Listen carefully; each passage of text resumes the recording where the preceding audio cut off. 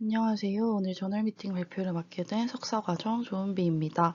이번에 준비한 논문은 EEG-based functional connectivity in resting and emotional states may identify major depressive disorder using machine learning이고, 휴식 상태일 때와 감정적 상태일 때의 기능적 연결성 특징을 활용하여 머신러닝 기반으로 MDD와 정상인을 구분하고자 하는 연구입니다.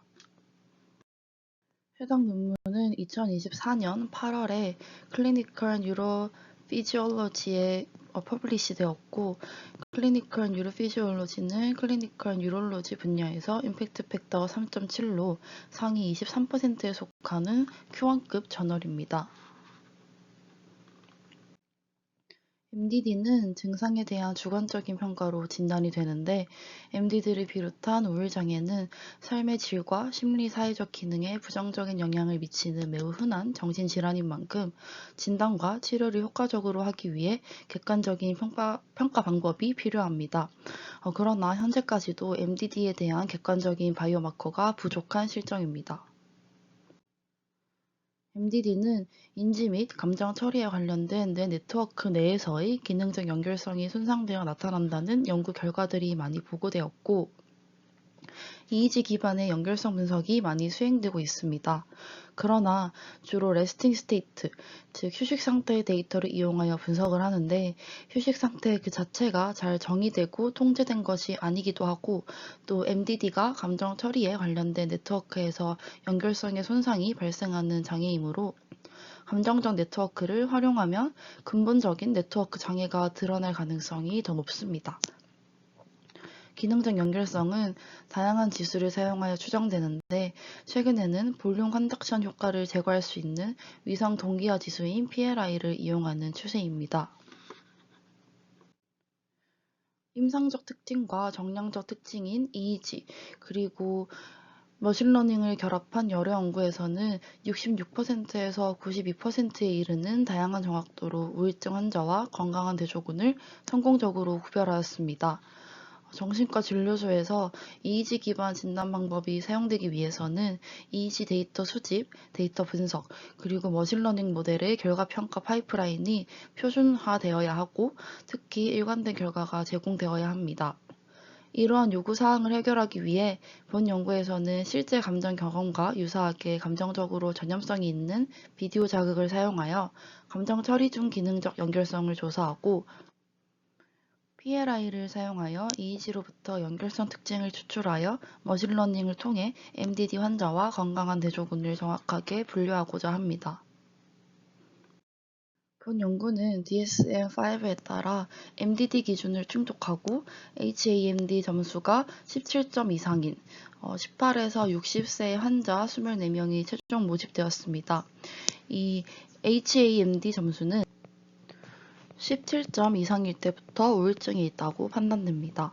모든 환자는 시각 및 청각에 장애가 없고 약물을 복용하지 않았으며 이전에 조울증을 겪은 적이 없고 또 다른 정신질환이 없었습니다. 신경질환의 개인 또는 가족력이 없는 피험자들만을 모집하였습니다. 비교를 위해 대학 인구에서 25명의 건강한 대조군을 모집하였습니다. 오른쪽 그림은 연구의 전체적인 패러다임인데요.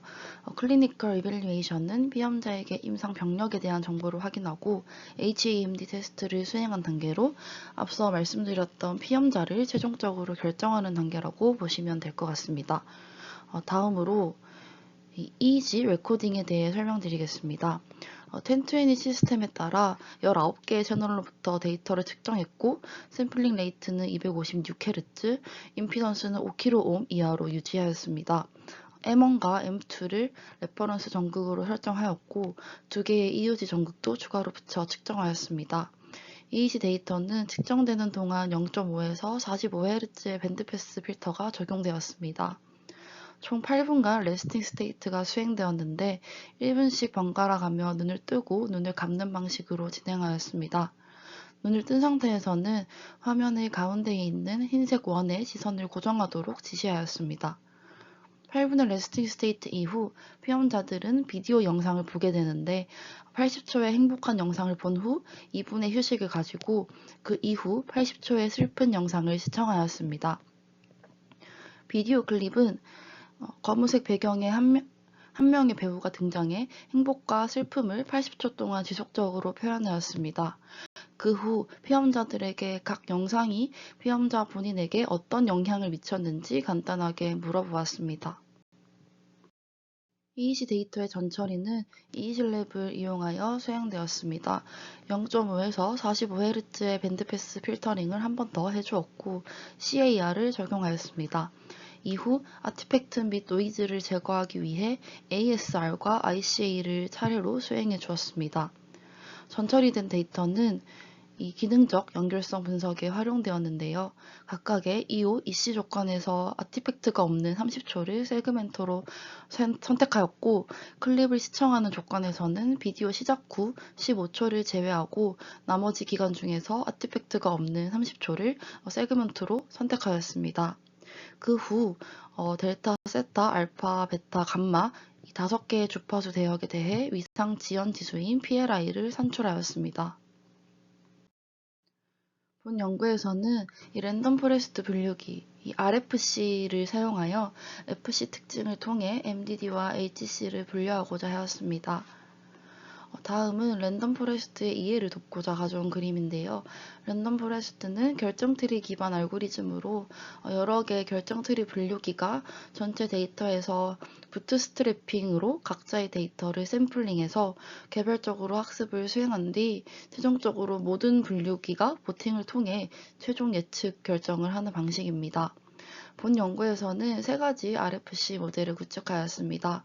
첫 번째 모델은 레스팅 스테이트의 EC, EO 특징을 활용하여 데이터셋을 생성했고, 두 번째 모델은 행복한 비디오 클립을 볼 때의 FC 특징을 활용했으며, 세 번째 모델은 슬픈 비디오 클립을 볼 때의 FC 특징을 활용하여 데이터셋을 생성하였습니다. 각 모델의 데이터셋은 24명의 MDD와 25명의 HC로 구성되어 있는데 이 중 80%는 트레이닝 셋으로 나머지 20%는 테스트 셋으로 설정하였습니다.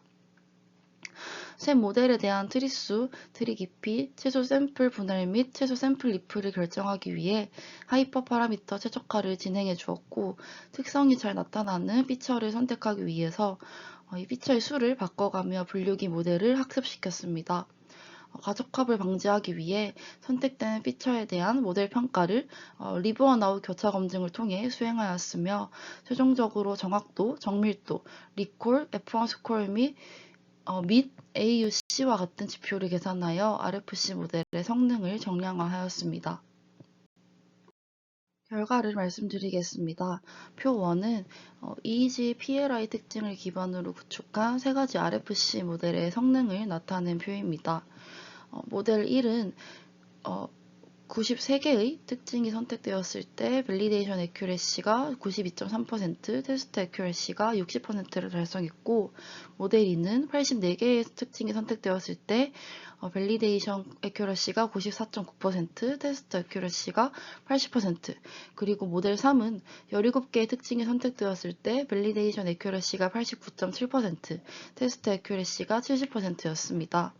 전체적으로 보았을 때 감정적 상태에서의 EEG 특징을 선택했을 때 레스팅 스테이트에서보다 더 높은 성능을 보였음을 알 수 있습니다.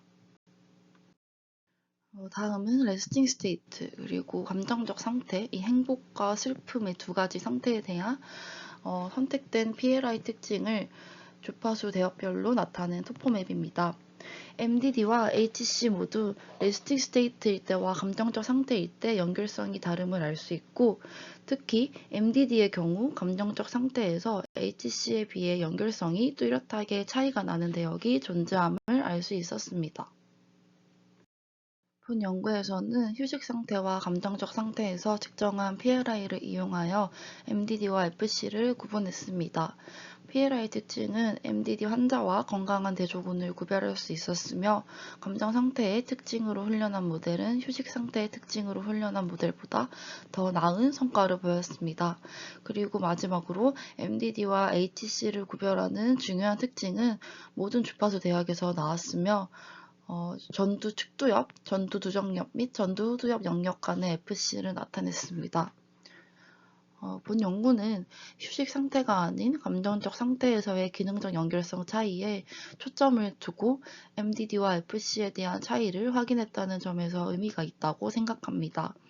하지만 MDD의 경우 남성과 여성이 다른 패턴을 보이는 것처럼 건강한 사람의 경우에도 감정적 상태일 때 성별에 따른 차이가 있을 것 같은데 대조군에서 남녀 성비가 MDD와 많이 차이가 났다는 점이 결과에 영향을 줬을 수도 있을 것 같다는 생각이 들었습니다. 이상으로 발표 들어주셔서 감사합니다.